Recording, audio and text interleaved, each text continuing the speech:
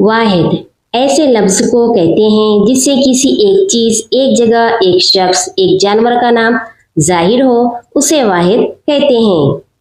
जमा ऐसे लफ्ज़ या अल्फाज को कहते हैं जिससे किसी एक से ज़्यादा चीज़ों के नाम जाहिर हो, उसे जमा कहते हैं। योम, अयाम, आम, अवाम, शायर, शायरा, लम्हा, लम्हात, कमाल, कमलात, कागज़, कागजात, सदमा, सदमात, जर्रा, जर्रात, दर्जा, दर्जात, अखबार, अखबारात, फजीलत, फजाइल, मुल्क, मुमालिक, मकसद, मकासिद, शर्त, शरायत, ख्याल, ख्यालात, शेर, अशार, एहसान, एहसानात, लफ्ज़, अल्फाज, गरीब, गुरबा, हैवान, हैवानात, खतरा, खतरात, मजहब, मज़ाहिब, कायदा, कवायद, कुल्फ़ी, कुल्फ़ियाँ,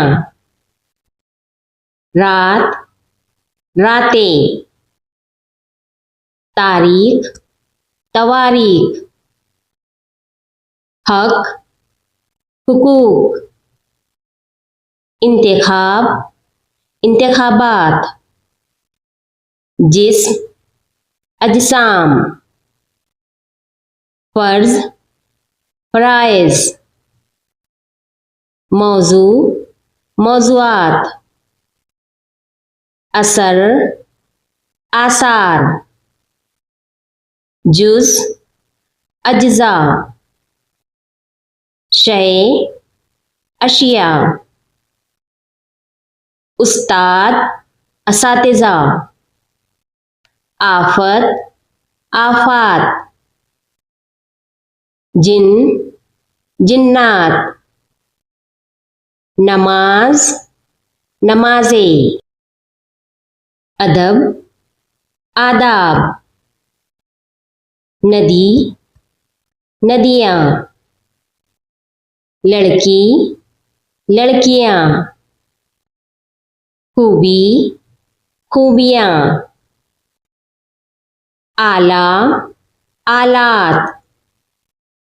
दफ्तर, दफातिर, लड़का, लड़के, फ़ायदा, फ़वायद, फ़र्द, अफ़राद, मौज,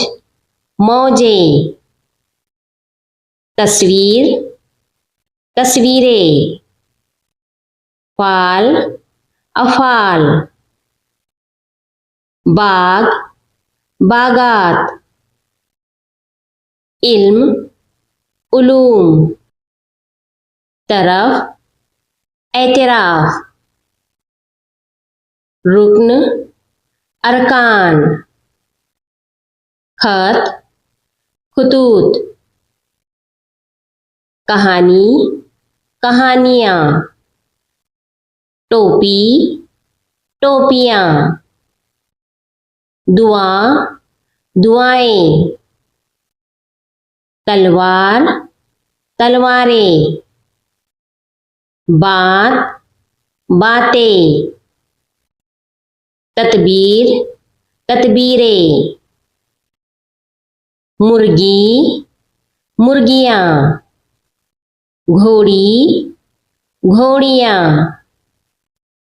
चाबी, चाबियां, निशान, निशानियां, मछली,